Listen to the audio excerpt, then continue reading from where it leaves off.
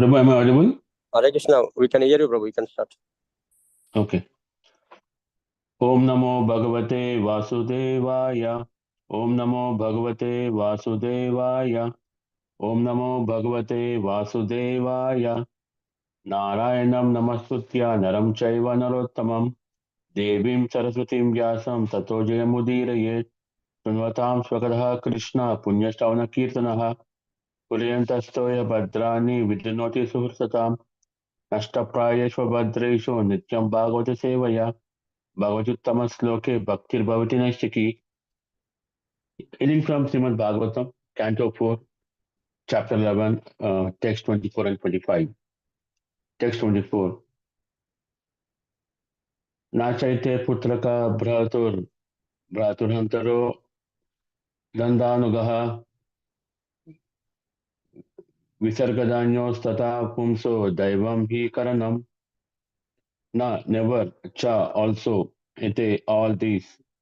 Putraka, my dear son, Bhraturu of your brother, Antaraha, killers, Danada of Kuvera, Anuga, followers, Visarga of birth, Anyoho of death, Tata, my dear son, Pumsaha of living entity, Daivam, the supreme, he certainly, Karanam, the cause. Translation purport by His Divine Grace A.C. Bhaktivedanta Swami Srila Prabhupada. Srila Prabhupada Ki Jai. Translation. My dear son, those yakshas who are descendants of Kubera are not actually the killers of your brother. The birth and death of every living entity are caused by the Supreme, who is certainly the cause of all causes. Text 25. Sayeva Viswam Srujati Sayevati Hantika Atapihi Ahankaran Najayate Guna Karmavihi Saha Hi Eva certainly Vishwam the universe Srujati creates Saha Hi Eva certainly Avati maintains Anti annihilates Cha also Atapi moreover he certainly Anahankara from being without ego Na not Ajayate becomes entangled Guna by the modes of material nature Karma Bihi by activities. The Supreme Personality of Godhead creates this material world, maintains it and annihilates it in its due course of time. But because he is transcendental to such activities, he is never affected by ego in such action or by the modes of material nature. Purport. In this verse, the word Ahankara means without ego. The conditioned soul has a false ego, and as a result of his karma, he gets different types of bodies in this material world. Sometimes he gets the body of a demigod and he thinks that the body to be his identity. Similarly, when he gets the body of a dog, he identifies himself with that body. But the Supreme Personality of Godhead, there is no such distinction between the body and the soul. Bhagavad Gita therefore certifies that anyone who thinks of Krishna as an ordinary human being is without knowledge of his transcendental nature and is a great fool. The Lord says, Namam karmani limpanti. He is not affected by anything he does because he is never contaminated by the material modes of nature. That we have a material body proves that we are infected by the three material modes of nature. The Lord says, Arjuna, you and I had many births previously, but you remember everything, whereas you do not. That is the difference between the living entity or conditioned soul and a supreme soul. The super soul, the supreme person of Godhead, has no material body. And because he has no material body, he is not affected by any work he executes. There are many Mayavadi philosophers who consider that Krishna body is the effect of the concentration, the effect of a concentration of the material mode of goodness, and they distinguish Krishna's soul from Krishna's body. The real situation, however, is that the body of a conditioned soul, even if he has a large accumulation of material goodness, is material. Whereas Krishna's body is never material. It is transcendental. Krishna has no false ego. He does not identify himself with the false and temporary body. His body is always eternal. He descends to this world in his own original spiritual body. This is explained in Bhagavad Gita as Param Bhavam. The words Param, Bhavam, and Divyam are especially significant in understanding the Krishna's personality. Namo Om Vishnu Padaya Krishna Prestaya Bhutale Srimati Bhaktivedanta Swamiti Namine Namaste Sarasate Devi Gauravani Pracharine Nirvishesha Sunyavadi Pashade Deshatarine Jai Sri Krishna Chaitanya Prabhu Nityananda Sri Advaita Gadadara Sri Vasadi Gaura Bhakta Vrinda Hare Krishna Krishna Krishna Hare Hare Hare Rama Rama Rama Hare Hare.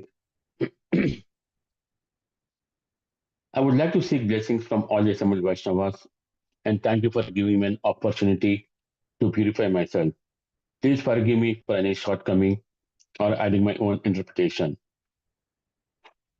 I've extracted purport and explanation given by few senior devotees from ISKCON. Now, if you go back to the text 24, again is referred to the text Srimad Bhagavatam from a previous chapter, text 30. The great rishis approached Dhruva Maharaj at a time when his mind was perplexed due to the magical feats exhibited by the yakshas. A devotee is always protected by Supreme Personality of Godhead. By his inspiration only, they just come to encourage Dhruva Maharaja and assure him that there was no danger because he was the soul fully surrendered to Supreme Lord. When the grace of Lord at the time of death can simply chant his holy name. Hare Krishna, Krishna Krishna, Hare Hare, Hare Rama, Rama Rama, Hare Hare. Simply by chanting this Maha Mantra, he immediately surpasses the great ocean of the material sky and enters the spiritual sky. He never has to come back for repetition of birth and death. Simply by chanting the holy name of the Lord, one can surpass the ocean of death. So Dhruva Maharaja was certainly able to surpass the illusionary magical feats of the yakshas, which for the time being disturbed his mind. Now, one thing, if you look at text 24, and again the purpose given by one of the senior devotee, it immediately refers to Bhagavad Gita chapter 8, and it mentions about text 5, 6, 7, and 8. Here in this text, it is briefly described that a person who is not just in the last stage of life, but every day in his life, he need to chant Hare Krishna Maha Mantra. And this is the importance of Krishna consciousness. And anyone who quits his body in Krishna's consciousness is at once transferred to the transcendental nature. Therefore, anyone who is constantly in Krishna consciousness is also the purest of the pure. Tolerating all these impediments, one should always continue to chant Hare Krishna Maha Mantra so that at the end of one's life, they can have full benefit of Krishna consciousness. Now, we can also see another beautiful example of Maharaja Bharata. Although he was a great personality, he got attracted towards a deer. And in his next birth, he became a deer. But because of his past life, he spent his life in the ashram. And then again, after that, after life of taking a deer, in his third life, he's born as a human again. So that is once that we can always refer. If in one's present life one lives in mode of goodness and always think of Krishna, it is possible for one to remember Krishna at the end of one's life.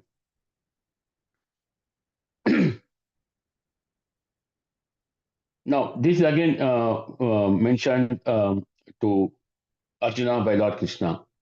That is important for all and everyone to engage in material activities. But this doesn't mean that we should give up our prescribed duties or engagements. While serving our duties in the material world, we should still continue devotion unto the Lord by chanting the Hare Krishna Maha Mantra.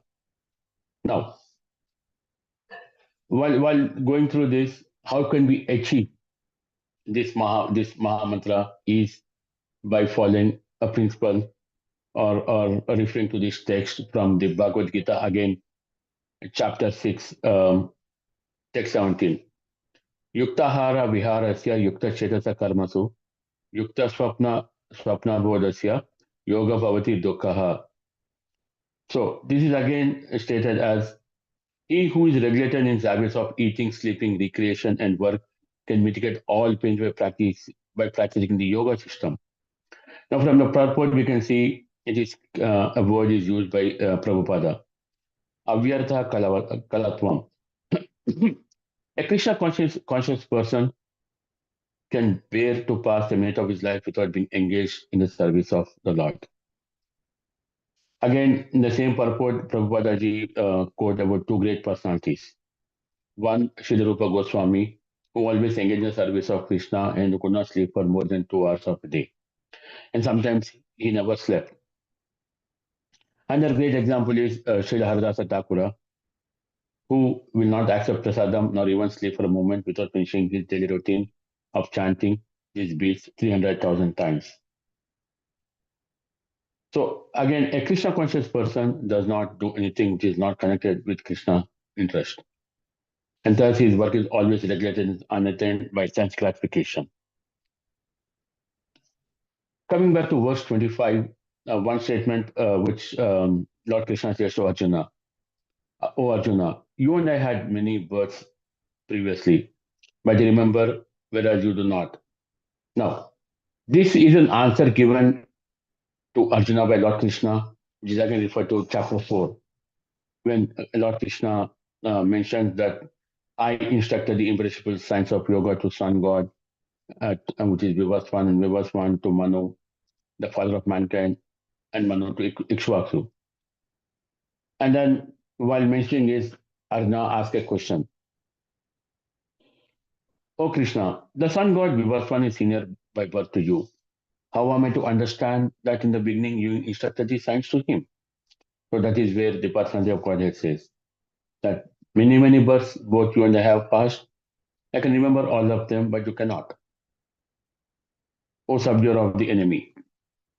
And basically he's describing Arjuna as a subduer of enemy because he, after getting to the battlefield, started looking at opposite side, looking at all his guru, great grandfathers, everyone. He started shivering whether to fight or not. This again explained in chapter 3, which is talks about the Karma Yoga. Lord Krishna tells Arjuna to fight in the battlefield. And he tells that if he should not keep quiet. If he keep quiet, definitely his opponents will wage a war, and the entire soldier army of men standing outside of Arjuna will definitely get killed. Chaos might happen. So Lord Krishna says to Arjuna, "You're not acting for your own benefits, just for the battlefield, without thinking about gains and loss that happens after the battle. Battle is going to happen, let it happen. It was not because of your own false ego. It's because of somebody else's false ego, and you gets lost in the game, and then you had to take care of greater pain." So why this was mentioned to Arjuna by Lord Krishna is that Lord Krishna says that Arjuna, you do karma yoga that is suitable for you. Because as I mentioned, in Arjuna's mind, the question is, should I fight or not? Should I renounce the world, go to forest and practice Jnana Yoga, or stay in the world and practice Karma Yoga? So Lord Krishna tells Arjuna, for you, Arjuna, Karma Yoga is better than Jnana Yoga. Now, if you look at again in the chapter 3, we have three things in the yoga ladder: Karma Kanda, Karma Yoga, and Jnana Yoga. So if Arjuna is having a question, what if I am qualified for Karma Yoga? Answer is, if you're not qualified, then do Karma Kanda. But this also, Karma Kanda also involves the performance of duties, and my duties will become gradually purified. Now, Arjuna asks a question, Krishna, what if I'm qualified for Jnana Yoga? The answer is still to set an example. The answer is still the same. Please set an example. that you are practicing karma yoga, which is what is being defined to you. Then another question Arjuna asked. So Arjuna is having a lot of questions in here. But one answer which Lord Krishna is always saying is, Arjuna, you are here to do your karma yoga, not Jnana yoga or karma kanda. You can still do both. But at present, in the battlefield, you cannot think anything else except doing what you're supposed to do. Now, Lord Krishna again mentions the difference between a karma yoga and a karma kanda. Karma kanda keeps one in material existence, but karma yoga does not keep one in material existence. So when you practice karma yoga, we get liberated. And here Krishna talks the difference between the karma kanda and karma yoga. And this is how he elevates karma yoga and finally concludes that Arjuna, please fight. Now, looking at the story of why Dhruva Maharaj is killing Yakshas, because his brother was killed. Was it Yaksha's problem? No. But we can refer to another story of Parashit Maharaj. And Parashit Maharaj was cursed by Rishi, who is a Shringi and son of Shamik Rishi. Now, here Parashit Maharaj's mistake was that he killed a Brahmin. Was it really his mistake? Could be. Probably yes. But Parashit Maharaj did not retaliate. He accepted that yes, I did kill a Rishi. Now, he was cursed by the Brahmana that he will die in a week. But Parashit Maharaj went to Sukadeva Goswami, and to relieve from his mistakes, he heard Bhagavatam from Sukadeva Goswami for 7 days. And here, if you see, Parashit Maharaj did not do any mistake, but like how Daksha has done towards Dakshayani.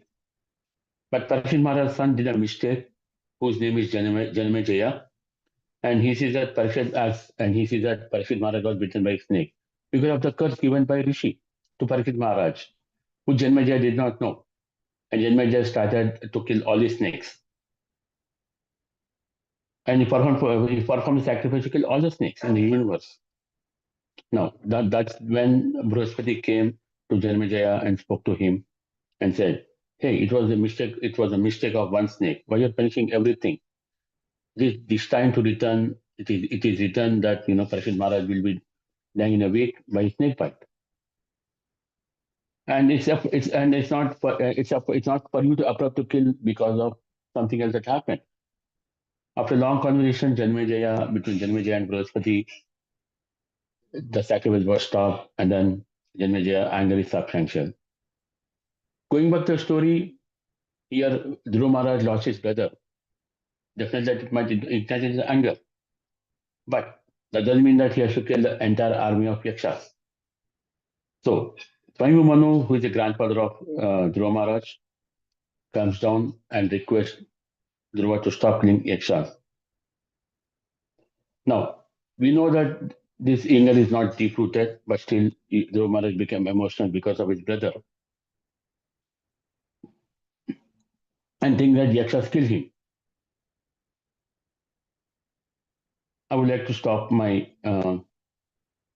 purport here. Thank you for giving me an opportunity, and please pardon me if I make any mistakes in my purport. Hare Krishna. Hare Krishna. Thank you very much, Prabhu. Happy Diwali to you all. Hare Krishna. Thank you, Prabhu. Excellent summary. Hare Krishna. Happy Diwali. Thank you, Prabhu, for very nice summary. Hare Krishna. Happy Diwali. Hare Krishna.